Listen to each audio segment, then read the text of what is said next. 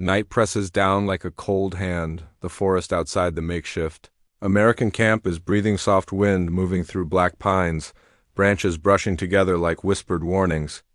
A thin path of moonlight spills across the clearing where 23 German women stand huddled, their coats still dusted with the pale ash of the road. Their breaths bloom in the frigid air, small ghosts dissolving before they have time to rise. They do not speak. They barely even breathe. The war has ended around them like a collapsing building. But inside their ribs, it continues, every heartbeat a hammer striking the old propaganda deeper into their bones. Americans will strip you. They will shame you. They will make an example of you. Their officers had said it with a quiet, fatal certainty.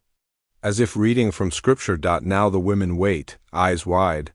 Fingers clenched around the last things they carried from the ruins of Germany: an apron string, a cracked compact mirror, a folded handkerchief that still smells faintly of linden soap and home. Lissel, the youngest at 19, holds a chipped enamel cup against her chest like armor. She keeps her chin low, shadowing her face. She can feel her pulse thudding against the rim of the cup. She can feel the old words rising inside her, words her mother whispered when things turned dark. Fear will not save you, but it will keep you awake. She is very awake. From the corner of her eye, she watches the American guards, silhouettes backlit by lantern fire, moving with a steadiness that unnerves her more than any shouted command could. They are not angry. They are not hurried. They look calm. Too calm. A calm enemy is the most dangerous, she thinks. Beside her, Marta mutters under her breath, "Don't react. Don't show fear. They feed on it." Her voice cracks, betraying the tremor in her hands. Then the order comes. A sergeant steps forward, boots crunching frost. His voice is firm but not harsh. "Ladies, we need you to prepare for sanitation. It's just delousing." "Standard procedure?" The words slam into the women like a physical shove. Sanitation. DELOUS. I didn't know exactly what that means. Propaganda flashes through their minds in jagged images. Women forced to strip, herded into rooms, their humiliation turned into spectacle. Their officers had described it with relish, calling it the American taste for degradation. Lissel's breath stops. Marta raises her chin with something like doomed pride. "We won't take our clothes off." She spits, voice trembling like a stretched wire. A murmur ripples through the group. Fear, defiance, a trembling wall of refusal. The sergeant blinks, stunned. He glances at the other guard, then back at the women, and something strange happens. He softens. His shoulders lower. His expression shifts into something they have not seen in months, something they barely recognize. Confusion, concern, humanity. He exhales once, slow and steady, and says the words that shatter everything the women thought they knew. For a moment after the sergeant speaks, the women simply stare. 23 pairs of hollow, winter blue, smoke gray, storm brown eyes fixed on him as if he has spoken in a language they have never heard. The night wind moves through their hair, lifting wisps like loose threads, but none of them move. Lissel feels something inside her buckle, not relief. Not yet. Something closer to disbelief, balanced on a knife edge. She can still taste the metallic fear on her tongue. Earlier that morning, when the Americans had marched them out of the ruined outpost where they had been hiding for days, everything had smelled of burned wool and wet concrete. The collapse of Germany had been loud explosions, shouted orders, collapsing buildings, but their surrender had been frighteningly quiet. No speeches, no last commands. Just a door shoved open and a rifle pointed into the dimness. They had stepped out one by one, hands raised, boots sinking in the mud like the earth itself was trying to pull them back. From then on, the journey had been a blur of terrain-ashen roads, shattered farmhouses, villages that looked gnawed on by beasts of fire, the landscape of defeat. A place where even birds seemed reluctant to return. They walked for hours with little sound beyond the shuffle of their own exhausted feet. Some of the women tried to measure the miles in breathless murmurs. Some tried to count clouds to distract themselves from the terror braided into their spines. Lissel kept her eyes on the ground, on boot prints filled with rainwater. on broken glass that caught the weak light like tiny fallen stars. She remembers one moment with razor clarity as they passed a bombed-out orchard. A lone apple tree still clung to a few withered fruits. One of the Americans slowed, glanced at the women, then reached up, plucked a red-brown apple, and tucked it into his coat pocket. For later, for someone, maybe even for them, Lissel had watched the gesture with suspicion bordering on panic. Why would the enemy keep an apple? Why would he save anything? Everything she had been taught screamed, "They are not like you. They do not care. They are wolves in uniforms," but the soldiers' hands had been gentle. Strange how small details could unsettle more than threats, Marta whispered during the march, her breath icy on Lissel's ear. They're quiet because they're planning something worse. Remember what they said? The humiliation rituals? The stripping, the photographs? Lissel nodded, skin crawling. She believed it. She had to. Belief was safer than hope down now. In this clearing, those old warnings crash headlong into the sergeant's unexpected calm. "Nobody is asking you to," he repeats, hands raised slightly, not in command. But in reassurance, the women exchange glances, trembling, confused, suspicious. Lissel grips her enamel cup tighter. Her voice is barely a whisper, cracked like thawing ice. "Then what do you want from us?" The sergeant steps back, giving them space. "Just your names," he says, nothing more, and the simplicity of it frightens them most of all. They are led toward the camp as dawn begins to pull a pale veil of light over the treetops.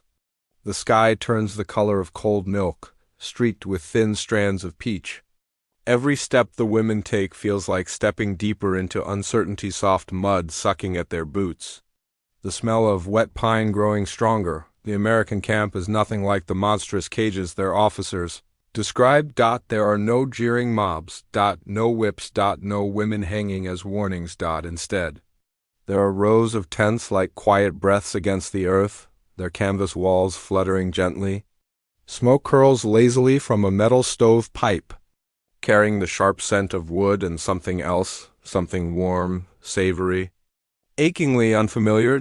Food. Real food. Lissel freezes as the smell hits her. A blend of onions and fat and bread warming over heat. She hasn't smelled anything like it since before the bombings began. Before ration cards became talismans of despair, the shock is almost physical. She isn't the only one. Marta stops walking entirely, one hand pressed to her stomach. For a moment, Lissel thinks she might faint. Hunger is a strange creature, silent until awakened, then roaring. The sergeant notices. His brow creases. "You'll eat soon," he says. "No need to be scared." The words fall like stones into a pool of disbelief. The women follow reluctantly into a long tent, where a table stretches across the room. On it lies a stack of white, heavy bar soap so thick it looks carved from marble. Its scent is faint, floral, impossibly clean. The first shock lands in Lissel's chest with a dull thud. She stares at the soap as if it might burst open and reveal a trick, a trap. An instruction to humiliate themselves. But the soldiers simply gesture toward it. "For washing your hands," one says. "You've been on the road, washing hands, not bodies, not stripping, not standing naked in a line while flashbulbs burned their shame into film." Marta's eyes flick rapidly from the soap to the guard, confusion swirling like smoke. We keep our coats on?" she asks. One of the Americans actually laughs, not mockingly, but in disbelief, as though he cannot imagine why anyone would ask such a thing. "Of course you do," he replies gently. "You must be freezing." That is when Lissel's breath breaks. Not in relief. Relief is still too sharp, too dangerous, but in something softer, more fragile. Her hands tremble so violently that the enamel cup taps against her coat buttons. The sound is tiny, metallic, like the ticking of a clock. She looks down at the bar of soap, its smooth surface catching the weak morning light. She lifts it gingerly, half expecting it to crumble or sting. Instead, it sits in her palm like a promise she doesn't know how to trust. The first tear slips down her cheek before she can stop it. The soap smells faintly of flowers, and that tiny, quiet kindness hurts more than any cruelty she was braced to endure. The days settle into a rhythm so gentle it feels like a Hallucination. Morning begins with the clatter of metal trays and the low hum of voices outside the canvas walls. The women rise slowly, expecting each new dawn to reveal the trap hiding beneath this surface of civility. Propaganda had taught them the enemy's kindness is a mask. And all masks eventually crack, but the mask does not break. It doesn't even tremble. Instead, the Americans bring breakfast. Real breakfast. Not watery turnip soup, not stale bread crumbled and rationed into careful little piles. No actual porridge thick enough to stand a spoon in, steam curling upward in soft white ghosts. Eggs fried until the edge is crisp. A slab of warm cornbread that smells faintly of sweet milk and sunlit fields. Lissel's hands shake. Each time a tray is placed before her. She hesitates, staring at the food as if it might vanish the moment she reaches for it. But it doesn't. It waits patiently, letting its aroma seep into her chest, warming places that have been cold for months. Marta, across from her, tries to hide her tears by pretending to search for a fork. This is too much, she whispers. Her voice is small, breaking in the middle. Why would they feed us this? Lissel doesn't answer. She doesn't know the words. She only knows that her throat aches with something both warm and painful. Later, the women are escorted outside for chores that feel strangely dignified, folding linens, helping prepare vegetables, sweeping the camp paths. No jeering. No barking orders. No eyes lingering on them with the hunger of power. Instead, there are nods. Small greetings, respect in the quietest forms, and that is its own deep, confusing torment. One afternoon, Lissel finds herself standing near the fence, watching two American soldiers play cards on an overturned crate. Their laughter drifts through the airlight unburdened, as if the war had already been packed away into some far corner of memory. It is the sound of a world intact, untouched by nightly bombings, untouched by collapsing ceilings and empty cellars. Germany feels like a collapsing dream in comparison. A soldier notices her watching and offers a shy wave. Not mocking, not threatening, just ordinary. Lisel turns away quickly, heart lurching. She isn't ready for ordinary. That night she writes in a borrowed notebook, her handwriting shaky from the strangeness of safety. They treat us like people. I don't know how to feel about that. It is easier to hate an enemy who looks like one. When she closes the notebook, her fingers linger on the cover. It smells faintly of dust and old ink, nothing like the acrid smoke of her ruined hometown beside her. Marta lies awake. Do you ever wonder, she whispers, staring at the tent ceiling, if everything we were told about them was a lie? Lissel does not answer, because the question itself is terrifying, because the answer might change everything. Because kindness unexpected, undeserved, cuts deeper than cruelty.